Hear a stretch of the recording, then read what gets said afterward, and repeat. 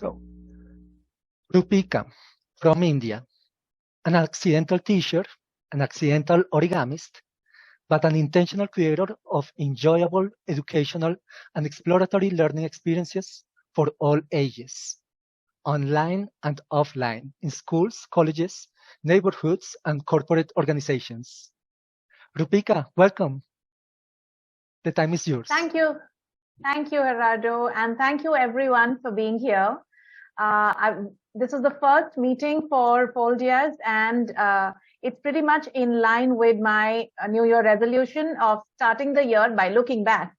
So one of the big reasons that I wanted to start off by coming here was actually to look back at what my journey in origami has been, without sounding very, very repetitive. In fact, when I wrote to Gerardo, I remember thinking that this would be so cool if I could be here and I could tell you something interesting. But I promise you, my knees are knocking. I'm sweating with nervousness because all of you have probably done more origami than I have. I'm not an origami designer. I'm not an origami author, but I absolutely love my journey as an origami teacher. I've had a great time for the last 12 years. And I've discovered several other things other than paper that I'd like to share today, which is why I call this presentation Unfolding So Much More. I started my journey about 12 years ago, extremely accidentally, but I hear that that's the norm for a lot of us origamists. We discover paper and the fun of origami very, very accidentally. I was a new mother, and I was very, very frustrated with everything that was going on with a 3-month-old baby. And I was working in a boarding school many, many years ago. And somebody came there and said, "Hey, I'd like to take an origami workshop." What was to be an hour-long workshop ended up being 3.5 hours.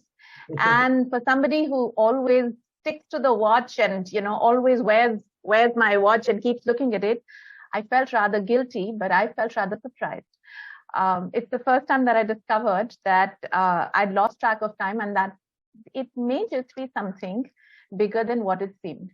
As days passed by, I realized that I was completely excited with folding the same thing over and over again. It didn't make sense to me. Why would I fold the same model over and over again? And therefore, at some point, I realized that my house was getting fuller and fuller with more origami. Children started coming to my house and they started getting excited. There were 3 children. It gradually grew to 10. And I suddenly realized they were coming. It was a boarding school, so they were coming during nap hours and weekends. And I wondered whether we are sort of bridging or crossing the line of what is legally permitted for children to do off their academic hours.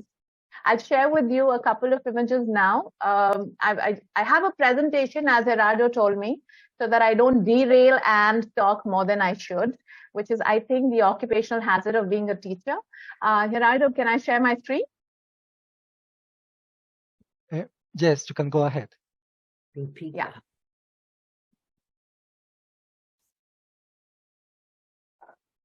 So this was the boarding school that I'm talking about. And as you can see, this is my house. And these are the children who would come to my house. And they would refuse to go. This is where I discovered origami. And for the first time, I unfolded or discovered our innate love for puzzles. It wasn't just for me, but it was also for children. I spoke to the principal of the school and said, the easiest way for me to learn origami is to teach it, oxymoronic as that sounds. So he said, why don't we then have a senior school club, which would be once a week that we would meet senior school children. And I thought, okay, all of these 10, 12 children would probably start meeting me in the school rather than in my house. We were oversubscribed with about 40 children. I was shocked. I wasn't given enough space for all of them, and they refused to leave the room. They almost bunked their lunch, And the principal spoke to me about a month later and said, we have paper everywhere on campus. The cleaners are finding it hard. Children have, paper hidden under their desks. They're even carrying paper to the assembly hall. We have to do something about it. Why don't we scrap it from senior school and instead have it for junior school as part of their arts and crafts curriculum? Okay, let's start afresh. So I was to meet primary school children as part of their arts and crafts curriculum, which was once in 6 weeks that I would meet them. It was new to me, and I discovered what it meant to learn how to simplify everything and manage so many children together. It's when I discovered what it meant to, teach younger children, but the luxury of being a teacher is that you have massive 2-month-long summer holidays, right? Just as everything expands in summer, so does vacation. So I said, you know what? If we want to go somewhere, let's see if we can find a school there. Very accidentally, I came across a couple of schools who said, you know what, why don't you conduct workshops here? So I discovered how origami grew from a club to a class and then became a workshop model for me, which meant rather than have a long program, I had to suddenly, design an origami workshop within a couple of hours or maybe a few days. I discovered that there's more to things than meets the eye. Till now, it seemed like I was just having a lot of fun with this lovely craft, and it was colorful, and it was pretty, and it was simple, and I could share it with so many more people. When I came back to school the next year, I discovered that there wouldn't be an arts and crafts activity. Instead, there would be another club. That would mean that a lot of children from the school, the boarding school that I taught in, would visit the rural school, which was just beyond the boundary of our school. So the boarding school where I taught had a lot of urban children, and it was nestled in a rural setting, and there were lots of schools just beyond our boundary.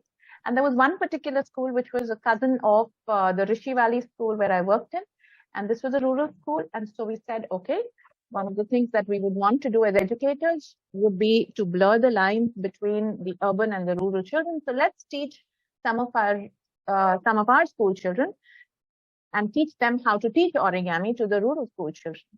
What happened next completely blew my mind, because I saw these urban children writing down notes about how they were shocked at how hard it was to teach. So there was a newfound respect for us teachers. They also said that they were completely surprised that even though they shared no common language with the rural children, they were able to teach a lot of crafts to them, right? This project was called Art in the Valley, and the children of the valley, who were the rural children, also surprised us. The very first time that we distributed colored paper to them, they refused to fold it. We urged them, why don't you take a square, fold it into half like this? They just didn't want to touch the paper. They finally said, can we take this away, and can we fold with newspaper instead? So we had to say, no, you can't just fold newspaper, we need squares. Then we realized that it was the first time that these children had seen paper that was colored, that was cut into squares. So they were completely fascinated with squared paper. They were completely fascinated with what they called glossy paper. And they just found it too pretty to fold or to do anything with it. Then we told them, why don't you take the model back home? And they were surprised again, because they said, are you sure? Shouldn't we just leave it here? So for us, that was quite a sort of paradigm shifting exercise. Art in the Valley was a project that happened for 2 years. And I realized how it was art that could bridge the gap or the chasm between two groups of people who probably didn't have too much in common. And it was also something that stirred a lot more within the urban children that we were officially looking after. So that was somewhat of a changing point. And I would have loved to continue the Art in the Valley for years and years and years. So I thought, for various reasons. There was a twist, there was a plot twist, like always happens in life. And I was called by another school, which said, we're starting a maker space. Would you like to conduct origami there? I said, what? They said, yeah, you can teach origami to all children from preschool to senior school. I was shocked. And then I entered the school and they showed me the space. It was from a dream. And therefore, it was a nightmare to conjure up the confidence to say, okay, we'll do something here. It suddenly felt that I had bitten more than I could chew. I was scared. I was more scared than I had ever been, because I felt like an imposter. And I said, oh my God, I've said I know origami, but I don't know too much. So that's the first time I realized that you just have to be a little ahead of your students, and you just have to tell them, I don't know this, please figure it out for me, and you can help them out. I realized there's nothing that sort of teaches you as hard as the deep end of the pool. And that's exactly how a lot of my students in the Tinker Shed also learned a lot of origami. I just told them, I have no idea, just figure it out. Let's do this together. And that lasted for about 3 years. It was great fun. It's the most intense time that I've had folding. I had never ever thought, and I wasn't trained to be a teacher, so I'd never thought I would be an origami teacher. But here it was. I was teaching preschool to grade 12, and I was exhausted. I was mentally stretched beyond a point. I remember thinking that this summer, I don't want to see, I can't stand the sight of paper. It's just too much. It had gotten to that. But I had the time of my life. And I realized that I don't have to know origami inside out, or any subject inside out, as long as I'm willing to learn with my students. Then came more and more and more folding. There was paper all over. This was again a boarding school in India, and we were on top of a hill, and every single nook and corner of every single classroom had colored paper, either on the boards or on the floor or in the hands of my students, including the hands of teachers.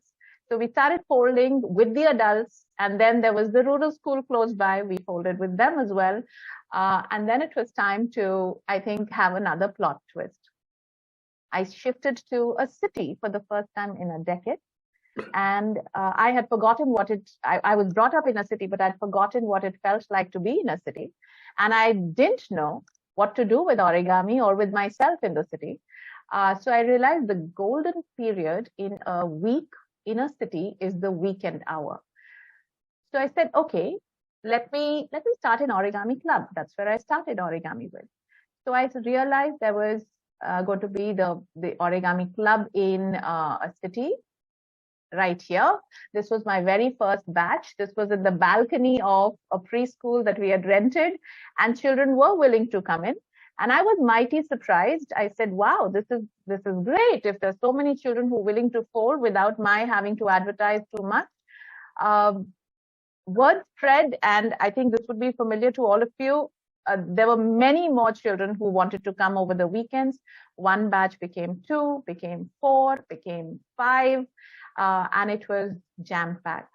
But I still kept thinking in my mind that this is not my full-time job. This can't be bread and butter. This is what I do because I want to learn origami, right? And therefore, I was willing to sort of put all my energy into building this as something that would fuel me for the day job that I had in the ed tech industry.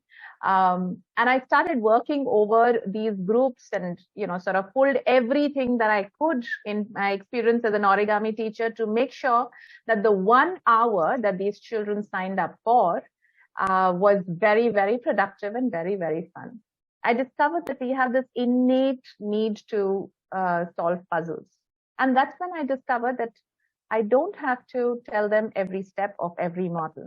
I discovered the joy that it gave me to see all of them feel an aha moment, when they said, okay, give me another clue, and okay, I've figured this out. That was very, very addictive. And I think that has stayed within me as a teacher still. Come summer break, instead of having to travel elsewhere, I realized the city sort of opens up completely. So there were summer camps and there were corporate workshops, etc., which happened, and I was very excited to see origami grow. Of course, I kept telling myself, this is not full time. I am going to find a job sometime soon, and that would be bread and butter. So let me just enjoy myself here. At some point in time, I was called in by a couple of design colleges and engineering colleges to hold something called a design thinking workshop. I didn't know what it was. Of course, I bit more than I could chew, and I read up, and then with a partner, I designed a workshop, and I had a great time conducting workshop after workshop across design colleges and engineering colleges. And I said, you know what, if somebody tells me, can you conduct a workshop? I'll just say yes. So I had a full year when I conducted several workshops, and I realized there were so many young adults who were willing to work with their hands and willing to say, I don't know what a fan fold is, and I don't know how to do this. Can you help me? And we had lots of fun across several colleges that year. And then came the big fat lockdown. I call it the luxury of the lockdown, because for the first month, I thought, oh my God, what am I going to do? And then for around the third week of the lockdown, I realized that a lot of schools were going online. And of course, we all thought it'll all be over in a couple of months. So I said, okay, it's probably a summer break. Some of my students from the weekend batches had their parents asking in, are you starting a class? To me, starting an online class for origami seemed too hard, unbelievable. I didn't know that origami could be conducted online, and I didn't know how I would do it. So I discovered, which I'll show you in a little while, a very low-cost way of making sure that I had my hands, which would demonstrate the model, and I could also talk to my students. But I said, okay, I'll probably have 10 or 12 children who come on the weekend. Within the first month, suddenly, with parents having their day jobs and having to run from a work from home environment, they had to engage their children. And I think all over the world, origami just exploded. Online origami just exploded. And so was it for me. For the first time, I realized that I need to just water what's growing. There were so many parents wanting to sign up their children for origami, and there were so many children wanting to fold, and there was just so much that I wanted everyone to fold, that I said, come on, let's just get started with the party. So initially we had 2 batches, and I think in the summer, when there was no online school also, I had about 8 different batches with, at one point, even 100 students signed up. It was a lot of fun. It was exhausting. But I just could not wait for these children to come back to me and show me what an origami home looked like. It's the first time also that I realized that I was in some way threading together an origami community of my own. These were families that had hardly folded. These were children that had hardly folded earlier. And for some reason, we were finding lots of excuses for children to sit with their parents or sit around their parents and fold and throw up all their origami around their house. So there was a lot of color in these origami homes. And I had some conversations with the parents who were just grateful for just so much of art happening in their homes, for just so much of engrossed time for their children. I seemed to be, at that point in time, I seemed to think to myself, I'm probably doing some things right. I think my karma is clear. And that's when I thought, okay, I don't know if this will last. Let's see how long the lockdown lasts. Of course, it went on to about 2.5 years. Once the lockdown ended, I thought now children are going to have to go back to school, and schools will be on 4th gear to catch up on all the academic rigor. And now I should start looking for a job somewhere. Yes. I realized that when children want to learn, nothing stops them. And once you've tasted the blood for solving the kind of puzzles and creating things with your hands, there's no looking back at all. So these children have continued despite the end of the lockdown, despite having such a demanding and grueling time with their schools. They've continued with their online classes, and they sign up from about 20 cities across India and beyond during the weekends, and it's chock-a-block. It's beautiful. I'm hugely grateful to a lot of parents because they've come together with me after the lockdown and we've met in person. So I don't know if some of you have experienced this. When you actually meet some of your students in person, there's a certain awkwardness, right? Because you've met each other online, you know how they look like with their face, but when you meet them, you don't know where to pick up the thread. So we've had a few carnivals and we've had some fundraisers with hands on paper where my community of parents and children have come together, and it's been a lot of fun. It's been an absolute wonderful party. At some point, I realized there is this urge in all of us to be part of a community. And therefore, I think we just call ourselves the hands on paper community. I often ask some of my students, why don't you just log into a recorded video if you're missing the class? Why don't I send you a YouTube link? But they don't enjoy it. And I think with all due respect to videos, with all due respect to automated self-learning modules, I think there is a role of the teacher somewhere.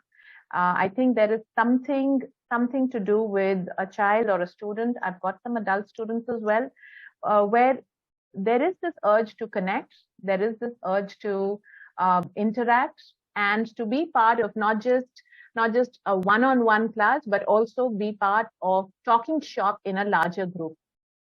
I think that's a lot of fun.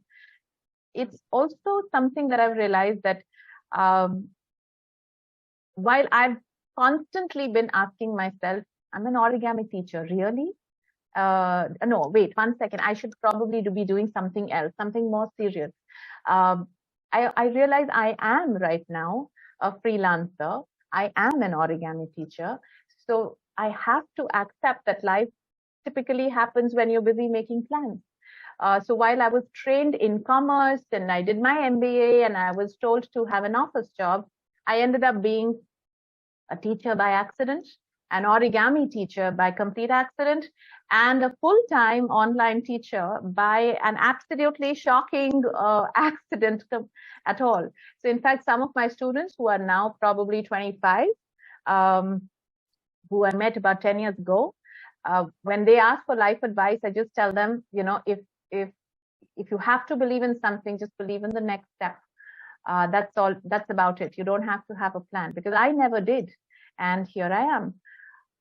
The other thing that I've discovered on the go is the definition of an origamist. When I started origami, or my journey with origami, I was completely intimidated, like all folders are. How do they design something like this? How did they come up with something like this, right? And can I call myself a self-respecting origamist if I haven't designed something, or if I haven't written a book, or if I haven't researched something very technical? I think I'll always be comfortable saying that if there is a cheerleader in the origami community, I am part of that squad. Yes. I absolutely love origami to reach as many homes as possible. And I would absolutely probably see myself working very hard by helping or assisting the discovery of simple joys.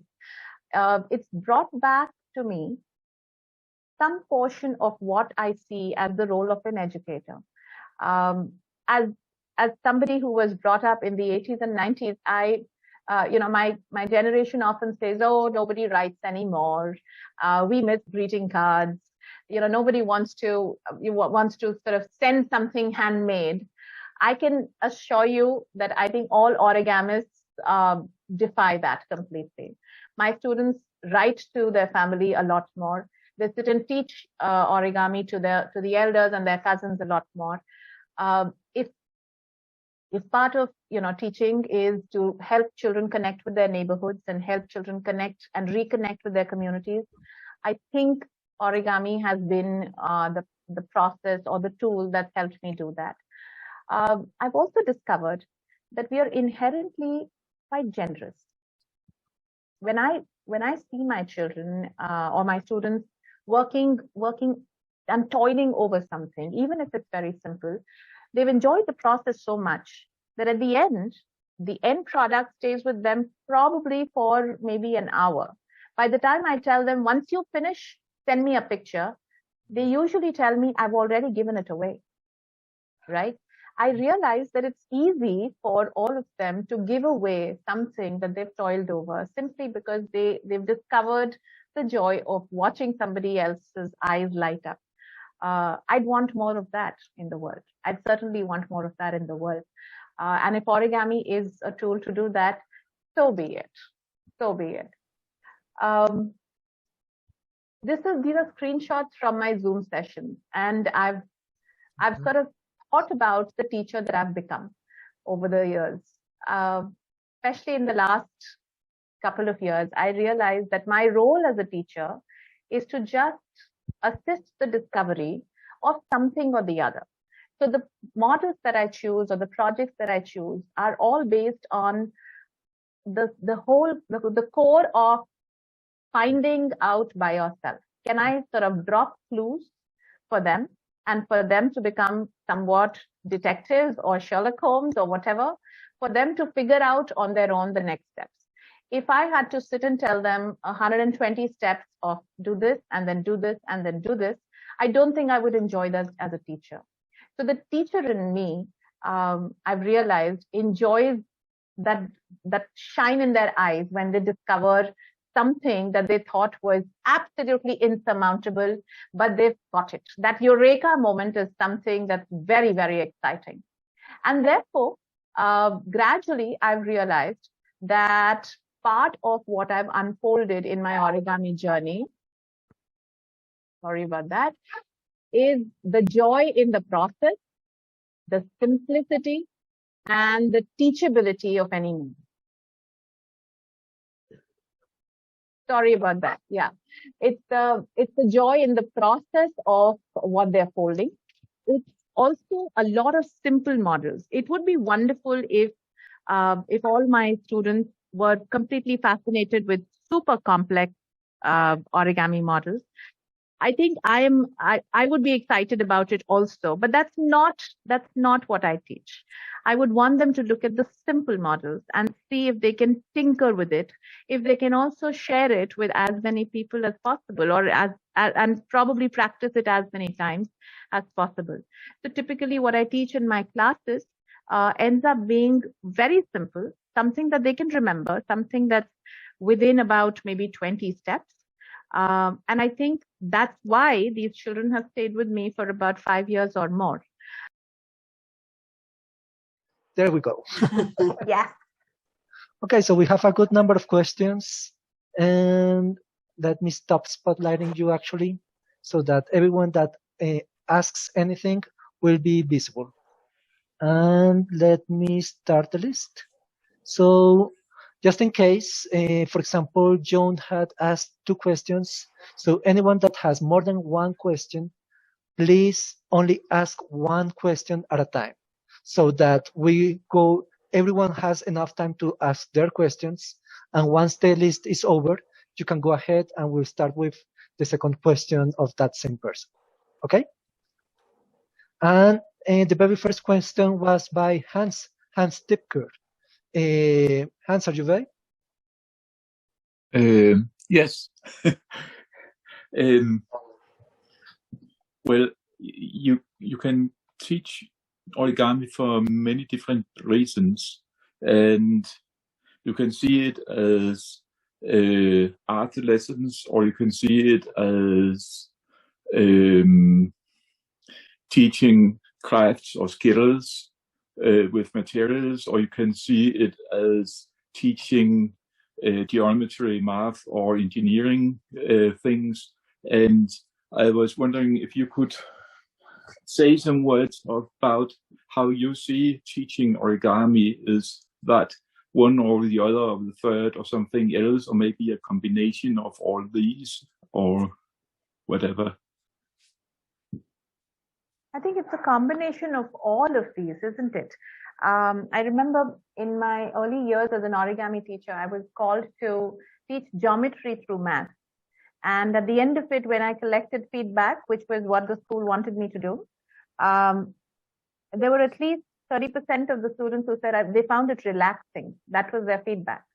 That wasn't feedback that was admittable as a math class, but as a space where they're sort of indulging in origami for, what it brings to them more than the academic part of origami. I think it was great. To answer your question very specifically, I don't think origami or any subject probably can be taught with just the specific curriculum objective. Oh. It shouldn't be taught with just the curriculum objective, right? Because then, as a teacher, I feel a little compromised. My role has to be much more than the lesson objective or the curriculum that I have to tick off as part of my work. And therefore, I say it's unfolding so much more. So when I'm doing origami, I'm not too bothered about whether they know it as a cuboctahedron or a sunken cube, a cube with 8 sunken corners. Sometimes we call it the kite fold. Sometimes we just call it the I-stream fold. It doesn't matter to me. As long as they can identify it, as long as they can tinker with it, right? And as long as in that class, they have taken back something that they will want to come back to and stay curious about. I think that would be something. If I can achieve that as a teacher, I would be a lot happier. Not sure if I've answered your question. No, I agree that origami you should teach using all the aspects, but still it has to fit in. I suspect if it is part of the curriculum in the school, you have to kind of find out what part of the curriculum are you, so to speak, when you speak with the leaders of the school, the director or whatever it's called, you have to say, well, it is good to teach these children this because they will something from these lessons will learn something relevant. Yes, I understand your question a little better now. So when I talk to school leaders, I don't tell them that I'm doing origami because it makes me happy or because it takes the children away from everything else and, sort of lose track of time. So there are different origami programs. There would be origami based only on geometry and math. We're now sort of working on an origami and STEAM program, which has principles of geometry and physics and art, etc. There's also a paper engineering course that I've taught at a fashion technology college recently. When I do it with engineering colleges, sometimes the program is essentially called design thinking because they're supposed to tinker with different folds, not to make something beautiful, but to make something functional, something that has a certain kind of, bearing on what they're learning in the larger scheme of things. When I do it with corporate organizations, their goal is not to make something that can be put on the softboard. Their goal is mindfulness. Their goal is a meditative practice, or sometimes their goal is team building. So depending on what the need of the audience is, sometimes it's curriculum, sometimes it's defined by an organization. I think the goal of the teacher, in this case, it's me. The goal is to sort of direct or pick out from the origami ocean those specific buckets that I need to take to that village that day. Yes. Thank you. Thank you. Okay, so let's continue. Joan, what was your first question? Gerardo, of the two questions, which do you think would be the more pertinent right now, and based on the other questions that you see? I'll let you do that decision making. Well, I think the first one you made was actually very interesting. So let's start with that one. I think the first one I asked is initially, this kind of activity is rather resource intensive. Who provided you with the materials you need? Is that how I worded it originally, more or less? that enable you to do what you did. I mean, you did it in many different circumstances where the resources would be varied. And you said there was paper all over the place other than newspaper. Who provided you with that? Because at that point, it wasn't a business for you, if I'm understanding it correctly. Absolutely, absolutely. To be very honest with you, the first sheets of paper came from a printer that backfired. We noticed that there was a school printer and there were people who were printing and forgetting to collect those prints. We waited 24 hours and then we just sat and cut them into squares. Gradually, we asked the art department if they could give us any of the old paper that they had, and we cut them into squares which were about 8 inches wide. So that was how we got started. Eventually, the school did invest in origami in terms of the paper. We initially did not buy any books because that would have been very expensive. But amongst all the art forms, I genuinely think it's one of the one of the crafts that's easiest to carry with you, with probably the cheapest art material, which is paper. And it's probably a leveler amongst all demographics because everybody can access at least some kind of paper, and all kinds of paper probably can be cut into squares that can be folded. So it makes it somewhat easier. So in terms of resources, it was the easiest conversation that I had with school leaders.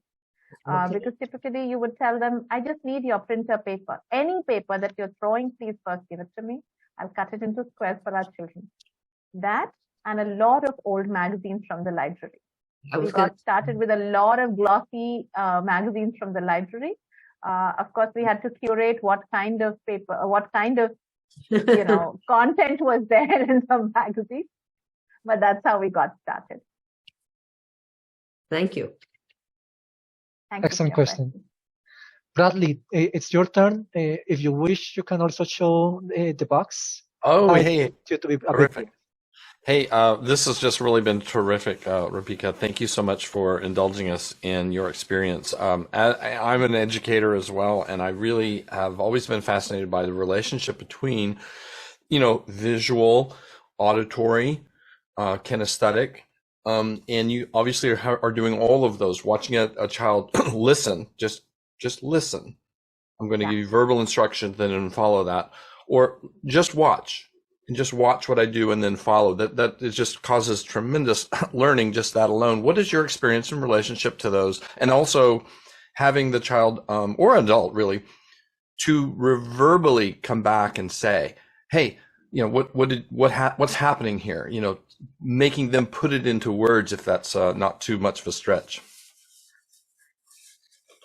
I think I've had a similar experience as you narrate here. So this particular model, the Jackson Cube, I think it's the first time in many years that I'm teaching with demonstration. Typically, you don't have to tell everybody, how do you get the centers of the edges. So typically I would say something like this. If you have 6 square sheets, get me just the pinch marks on the centers of the edges, and then get the opposite edges together. You now have a rectangle. Get the 2 shorter edges of the rectangle together to the center. Yes. There you go. Yes. That's your piece, right? Yes. They pick it up intuitively at that point. Children do. In my experience, adults still look left and right when there's a workshop like that, because they're not sure if they're getting the right middle, the left and the right should not be the top and the bottom, etc., etc. They're a lot more hesitant to do that. Yeah. For children also, so there's something that I call the Chinese whisper. So we sit in a circle and I'm in the middle of this ring of children or adults. And the only people who can see my hands or what I'm doing are the people on the left and the right. They need to pick it up and then they need to pass it on like a little parcel that they're sort of teaching each other, right? Yeah. So where is it that there is a kink would be fun to know as a group. So from here, they'll be passing on whatever they've learned. From here, they'll be passing on whatever they've learned. Whoever's right opposite should have, at the end of exactly a minute or 2, they should have exactly what's in my hand. That's a lot of fun to do as well. The goal there is you cannot speak. You only have to show. Yes. You cannot speak at all. No. And it's a lot of fun because typically after that we burst out laughing, not in shock, but in complete surprise that everybody got it. Yeah. Right? Yeah. So that's a lot of fun too. Yeah. For sure. I would just see if I can transition here and show this is we're talking about the truncated this is I only do boxes. My book is called Foldeas Box, Volume 1 and Volume 2, and I have to cheat and tell you I went to a workshop by Paul Jackson here in Los Angeles, and it was just fantastic. And after attending that workshop, I published these books. And so anyway, this is just a single sheet box, and it has the truncated bottoms on there. This is not in either of those. It'll be coming out in a future volume. But I have around 200 single sheet designs like that. So I've just always been fascinated by no creases, no leftover, all as clean as possible, and kind of design principles of this. And I really am fascinated by not just adults, kids doing this, but adults as well. And I find that senior adults, even those with advanced Alzheimer's, not advanced, but with Alzheimer's, they would say, well, I've never done this before, young man. I don't, but by the third or fourth week, she's already folding the preliminary things that we had done in the previous week. So it's quite interesting to see. So thanks for letting me share. Wonderful. Thank you, Bradley. Okay, so let's continue. So next person would be Chris. Chris, what was your question? Roopika, my question for you is, when you're doing Zoom lessons, what other props do you use to help show folds or creasing or process besides the pen for marking and pointing out and obviously the paper? I typically use only the pen and the paper, but I also use a chopping board. I will actually just can you spotlight, Gerardo? Can you spotlight hands on paper for a second? Oh, of course. 1 second then. Hands on paper. Let me find it. And there we go. That's hands on paper here. All right. And this is typically what it looks like. That's all of you there. All right. And this is what my table looks like. So that's me. And that's my chopping board. It's balanced on a stool over here. And there you go. There's a little hole here which fits in perfectly. And then my hands go here. So I have a very high-tech apparatus here, as you can see, to make my classes, my Zoom classes, very, very functional and very, very fun. But what I was asking, besides that, like this is, you won't be able to see it. I use sometimes I'll actually take a die, an actual dice, one of them, so I can say this is side 1, this is side 6, and you'll hold it this way or that way when I'm teaching a box or something like that. Do you have other props that you use to help you teach?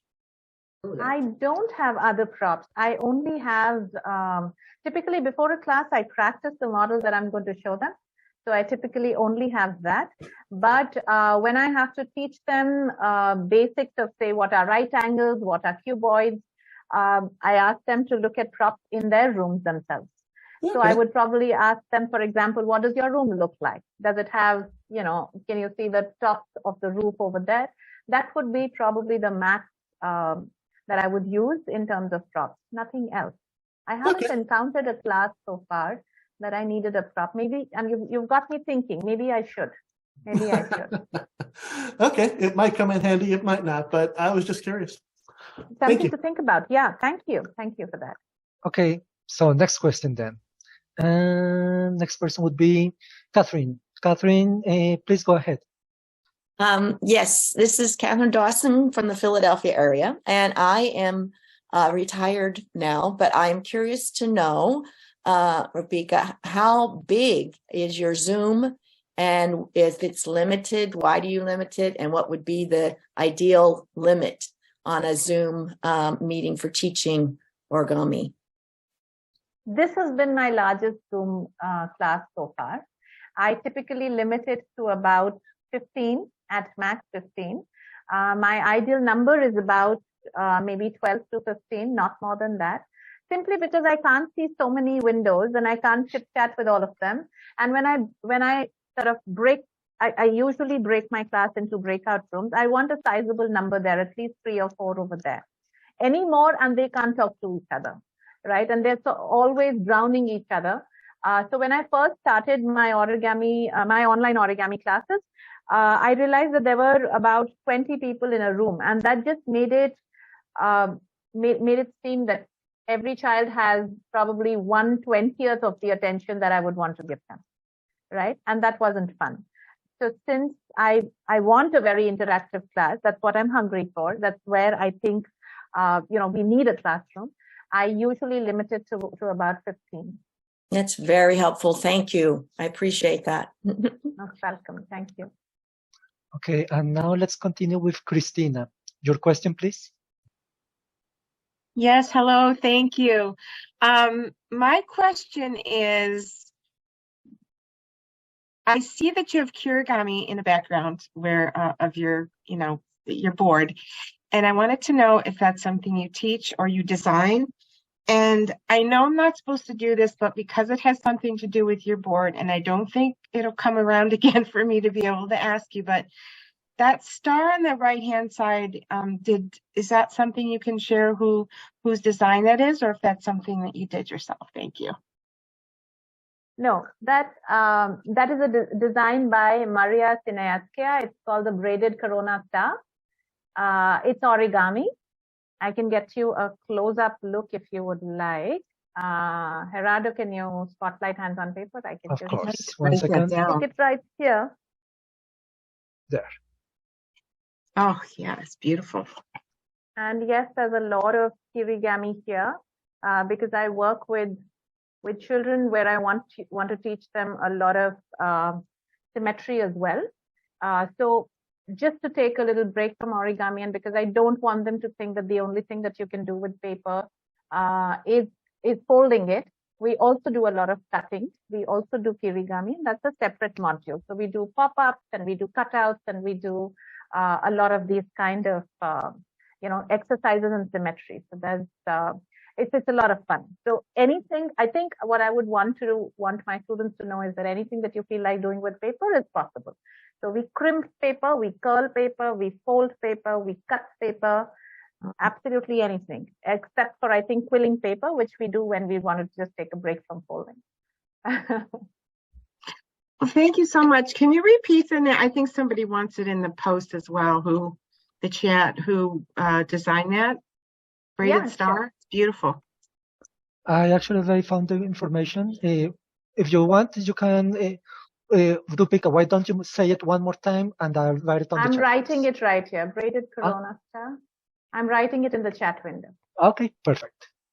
Yeah. So let's continue then.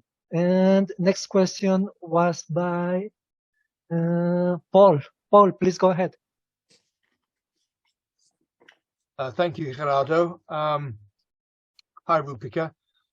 Yes, my question is that here in Israel, when we teach origami, the schools and the colleges are increasingly interested to take it because the students, children are making something by hand. And I wondered if in India there's any value in this, because at the moment, the culture we have, children don't seem to make things by hand anymore. They might assemble Lego, but they don't, make things. So I wondered if the schools or the parents saw any value in this in itself. I think the conversation has changed after the lockdown. The conversations that I had before the lockdown were largely about, okay, what is the functional value of this? What will they do with this, right? But during the lockdown and I think especially after the lockdown, there are quite a few parents who are reaching out saying that I just want him to be able to make something with his hands because he thinks he's not artistic, or he's not interested in art, but at least he likes construction. So maybe if you make something with your hands, you're interested in engineering or architecture, etc. That's subtly where the parents are coming from. I I am hearing from a lot of principals and school coordinators that they'd like to have hands-on projects and hands-on learning as much as possible. So there has been some conversation about making, say, physics-related projects within the classroom, within the physics classroom, by the children with as low-cost materials as possible. So technically, it may not be just folding paper, but a lot of paper construction is something that I'm hearing they're interested in. But I would say particularly after the lockdown, including the adults, a lot of them have shown interest during the lockdown. After I think in the second half of 2019, I was asked by a few parents saying, I can see my child losing track of time in your classes. Would you have an adult batch? And that adult batch has continued till as recently as last month. We're starting, so we call it Folding Fridays, and every Friday night, some of my adult students use it as an excuse to not go out to busy restaurants and get drunk, etc. So they come and they fold and they get drunk on origami. And I think that's how we would like it. Wonderful. Okay, thank you very much. Thank you. You're welcome. Thank you.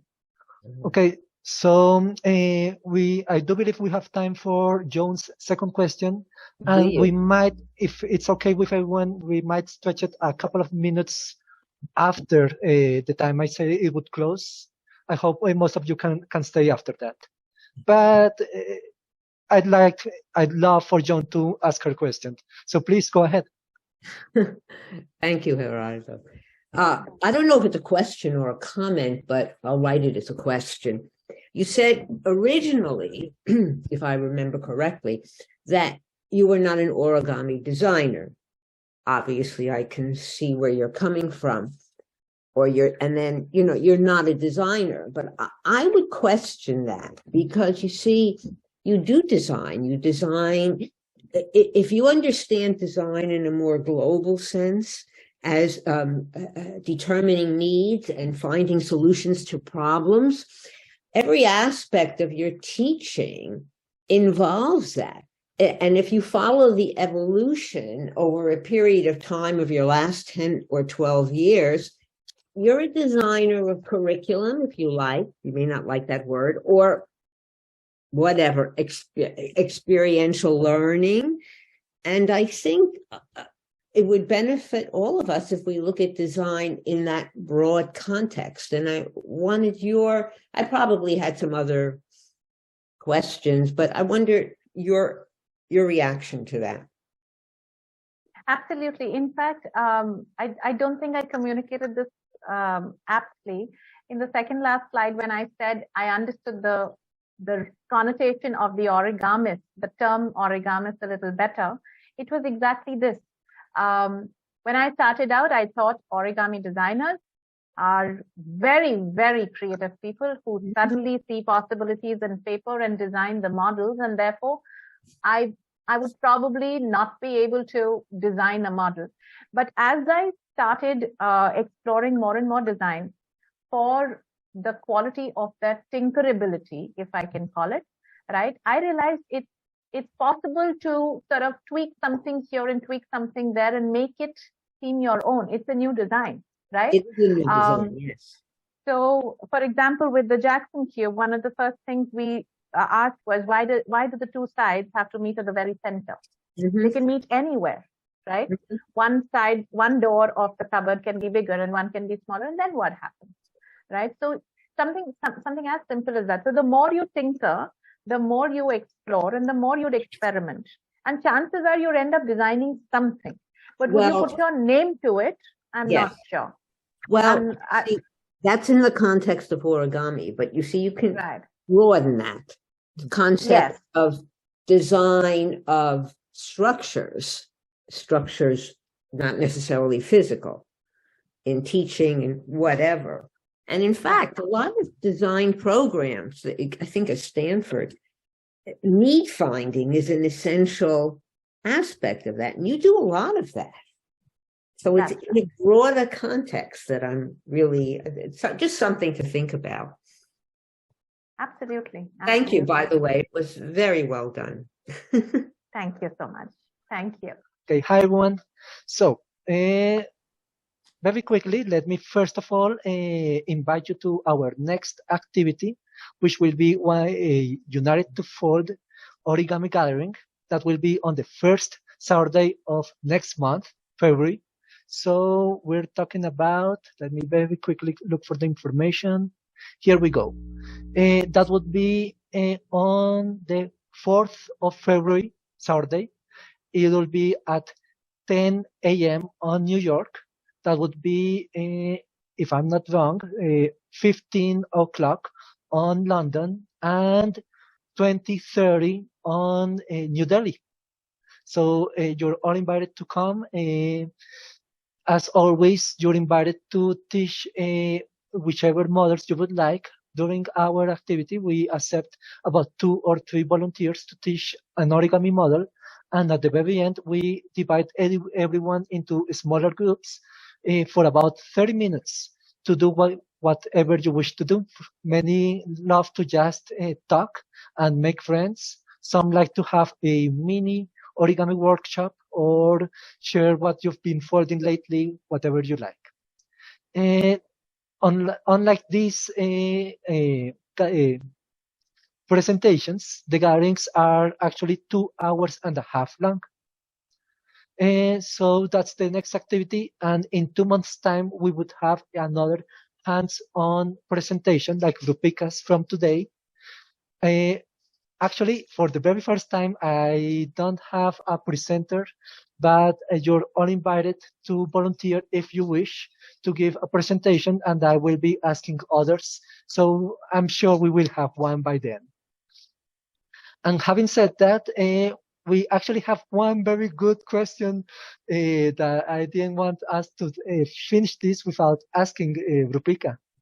Roopika, why is it that you usually don't share your last name? And Christina was asking if it was too bold to ask, what is your last name? So I have a middle name and a last name. I'm called Roopika Sood Jairam. Sood is my maiden name. Jairam is my husband's family's name. Typically in India, if I reveal my surname, people would be able to guess where I'm from. So if I say Jairam, oh, you're from South India. If I say Sood, oh, you're from North India. So I like to drop that and not let anyone sort of make any ideas about where I'm from. It's just something I enjoy. Just the confusion of, okay, where is she from? Because I've been staying in South India, and the North and the South are very different from each other. So it's just a lot of fun to see that confusion. So the minute I say I'm Roopika Jairam, they straight away ask me, do you know the local language? And I said, no, I don't. I see. I had no idea about that. Okay, I think it's also got to do, with the fact that I don't have very strong cultural roots to any one particular place. So even if I use my maiden name, it's not as if I connect very strongly with, a particular region of India. I've been somewhat nomadic over the last 15 years. So I think just keeping my first name just makes it easier. I understand. Roopika, thank you so much for your presentation. It was wonderful. It was very enlightening and quite fun. Thank you. Thank you so much. I'm sorry, I cut you. Do you wish to say something else? No, I was just saying thank you so much for everybody who stayed this long, and for everyone else also who came. It means a lot to me. I remember when I first came to and attended the Foldeas meeting, I thought to myself, oh my God, that would be so wonderful if I had something to say. It's been a little while later since then, and I think I did think I had something to say, but of course I'll have to watch the YouTube recording to see whether I had my foot in my mouth, because my knees have been knocking all through and I'm fairly nervous with the largest class that I've ever had on Zoom. But thank you for being such a lovely audience. You did wonderfully, and I'm sure I'm not the only one that thinks that. So please, everyone, would you like to thank Roopika? Thank you. Thank you. Thank you very much. Thank you. Thank you. Thank you. Thank you very much. Thank you. Thank you. Thank you very much. A lot. Wonderful. Thank you. Thank you. Thanks a lot. Speaking Gerardo. Inspiring You and finished. interesting. Thank you. Thank you. Christine has finished her homework. Very good. I hope all of you also can finish your homework and you can submit it as an image to Gerardo or me on email. I agree. So everyone, thank you for staying till this hour. Have a wonderful month, and I hope to see you in about 1 month's time. Bye, everyone. Bye-bye. Bye. See you. Bye-bye. Bye. Bye.